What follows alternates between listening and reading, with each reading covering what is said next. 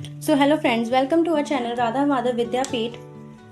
जैसे कि आपको पता है, कल हमने जो टॉपिक डिस्कस किया था that is sources of ancient history and pre historic period, Vedic period and Indus valley civilisation. आज हम बात करेंगे आगे के टॉपिक्स की, that is Mahajanapada and Mauryan empire. Mahajanapada के बारे में बात करें, जब जनपद जब लार्जली फैलते गए थे तो वो किस में कन्वर्ट हो गए थे? महाजनपद। महाजनपद कितने, अगर हम महाजनपद के टाइप्स देखें तो that are 16। For example Magadha, Kuru, Vatsa और कोसला, ये जो है ये 16 और भी मतलब इसमें थे।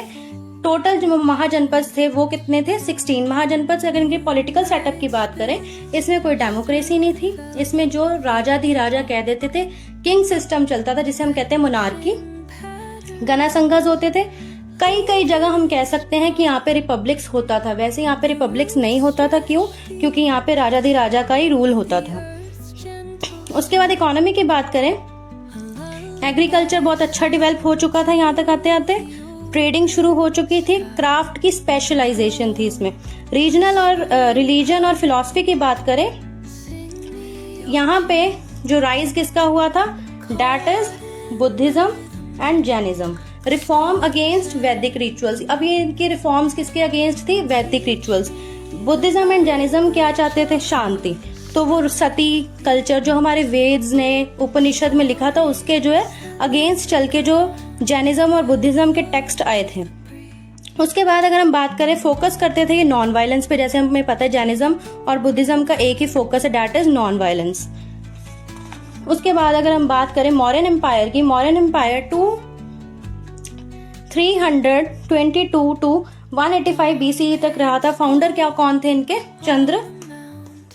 चंद्रगुप्त मौर्य। फेमस एम्पायर इनका था अशोका। एडमिनिस्ट्रेशन में इनके क्या है? हाईली बहुत ज्यादा सेंट्रलाइज्ड थे ये। मिनिस्टर्स इनके आते आते बहुत सारे मिनिस्टर्स और ऑफिसर्स जो है लोकल ऑफिसर्स बन चुके थे।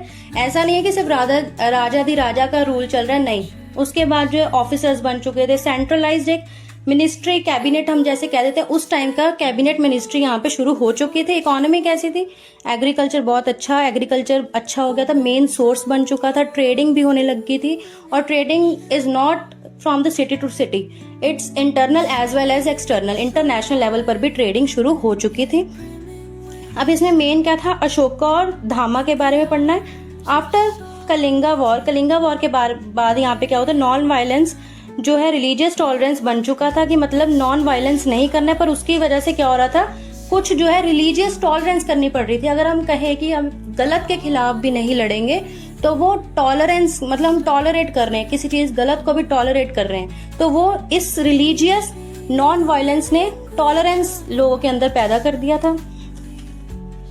इंस्क्रिप्शंस करें तो इंस्क्रिप्शंस इसमें क्या थी? नॉन वायलेंस, जैसे हमने पीछे पढ़ा। पर यह कि इसकी वजह से